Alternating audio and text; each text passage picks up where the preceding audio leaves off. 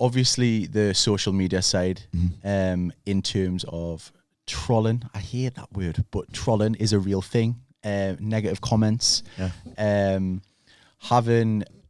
people talk to you on the street about what is going on in your life or what they think is going on in your life. Yeah. For example, does that happen?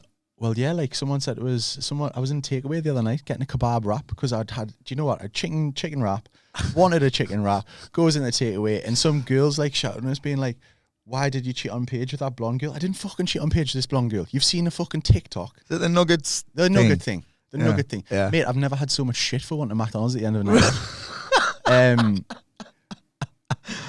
Like, all of my friends were just laughing because the one saw the girl, the one saw how young she looked. And what you don't realise is the video is being cut out and there's like 3 girls on the other side on a conveyor belt asking for photos. Yeah. And me, out of 45 nights on nightclub appearances, is probably the 4 that I drank on. The reason I drank on these 4 is because I took my 3 best friends. Yeah. So for the first time ever, I was a little bit like cuddly with the girl and I was like going, go on, get in the photo. Like I am. I do it with my friends. I do it with my family. If we went out and like after maybe like 5 times, I'd probably do it with you and your missus. I'm not going out with you. Yeah. Do you know what I mean? Like, it drives us crazy because I'm like, you haven't got a clue. Mate, I've seen this happen with Smith. I've been on a night out with Smith, loads of night outs with Smith. We've been sitting in fucking Nando's and girls that come over. Do you know what I mean? Yeah. And so I fucking totally get it. So how do you get your head around that? Because it was all new to you, right? So at the start, it was all new to us. I've got to be honest, this time round, especially with the Paige situation with did he cheat, did he not, I've struggled with it a little bit because it's like, how do you actually prove yourself to everyone in the world when there's no proof? It's my word against hers. And to be honest, the girl actually came out and had my back anyway. Yeah. And I did struggle with that more mentally this time than I actually thought I would, believe it or not. But you know, it's really interesting, Adam, right? I get a lot of shit from people for the stuff that I'm talking about and the way that I talk about it.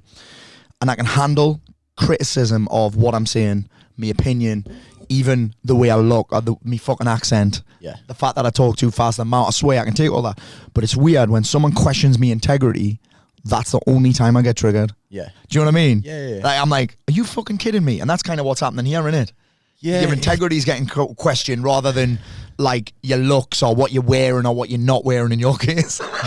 Exactly. What Do you know what I'm saying? Yeah. But when your motives start to get questioned, I think that's when you take it a bit more personally, right? Yeah. I mean, I am quite thick-skinned with it. Like, I've got to be honest, I do have quite a stern approach of, it is Love Island Series 9 coming up. You have seen Molly May, you've seen all the monsters that have came out of this in terms of like social media presences. If you have got any sort of non-confidence in yourself of mental health, do not go and put yourself on the most popular TV show in the world for 6 weeks. What's the point? So if you're aware of that, I don't have a lot of sympathy. I wouldn't say I have none, but I don't have a lot. However, at the same time, I think people can't go on the show thinking they're headstrong and then come out and get a bit of a reality check. And then shit their pants. Yeah, and then shit you know their what's pants. mad about that, mate? It's part of the reason why I get a lot of people saying, oh, Paul, this guy's trying to copy what you do. This guy's trying to be you. I'm like, well, fucking good luck, because the moment they get criticised, they'll fucking fold like a pack of cards. So it's weird that, because everyone thinks they can take it until they start fucking getting it. And then you get other people who aren't getting it giving you loads of advice. Oh, just ignore it. You get that as well, right? I've got people giving you advice who don't get the criticism. Yeah, who don't get it at all. I've got to be honest, I take it more personally. Obviously, who I came off the show with in 2018, she got a bad few comments, and I thought I was like raging. I was like a phone. Because it wasn't you. It was like a phone on the table, and I'm like setting about, like pacing the room as if I'm going to start a fight with the phone. And then I'm thinking, what am I actually doing? But like when it's me, with some cunt that's probably living in their ma's fucking basement, driving their ma's Fiesta. And then there's some daft cunt. The mam's Fiesta. And then some tit back home's went, oh, you don't have abs anymore. I'm like, I don't give a fuck. But like when it was her, because at the time I really liked her, that got me riled up more. That's interesting. So, yeah. That's very interesting. That happens to me a little bit too. In fact, it's weird. If someone gives me shit, you'll be at this point as well now where you don't have to say anything, because the people that do like your stuff, they'll fucking go after the fucking troll anyway, right? Does that happen?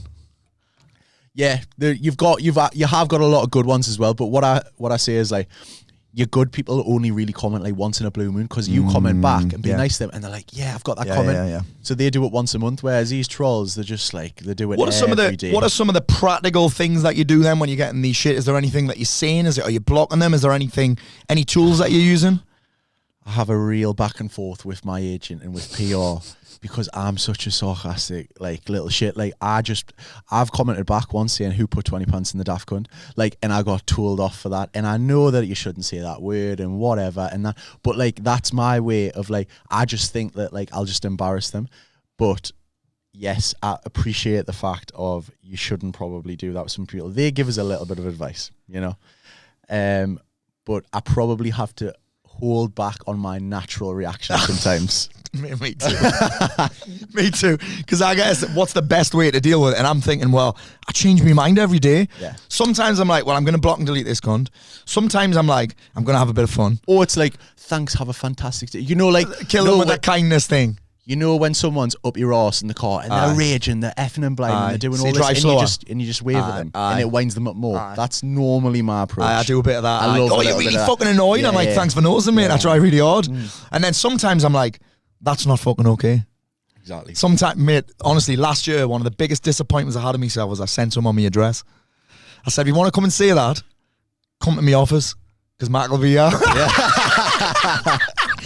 But it's mad. Because we'll have the boys waiting. It's mad that you do get that advice from people that have never fucking had to deal with it. Yeah. It's weird, isn't it?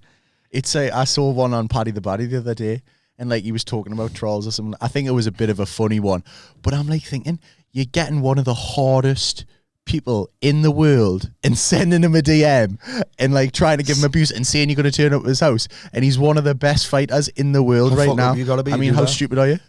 Mate, what's the weirdest thing that's happened on socials for you? Oh, I thought you were going to say in person there.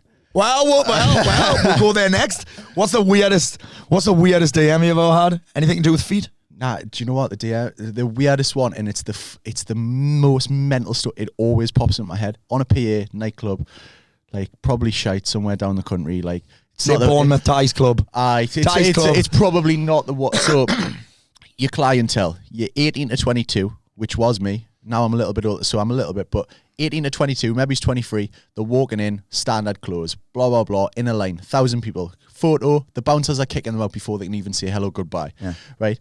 There's a woman in a suit, pencil skirt, dead smart, briefcase, like as if she'd came from work, like not a briefcase, but like this little thing, and I was like, she looks dead out of place here, right? Honestly, I was like looking, I taking photos of like all these girls, just letting them crack on, and I was thinking, this is going to be mental, this. Came up to us and said, oh, I don't really want a picture, but like me and my husband have came here to offer you $2,000 and he wants to watch while you have sex with me. And I was like, what? This is in like this is like a kid's 18 to 22. No. And I just didn't even know what to say. I've never been speechless before in my life. And my face must have been that like outrageous that she just walked off. Oh, she just didn't even say anything. Before you'd accepted? Like before I'd accepted. So before you started negotiating. So I found the CCTV and I went back later on. That's fucking mad.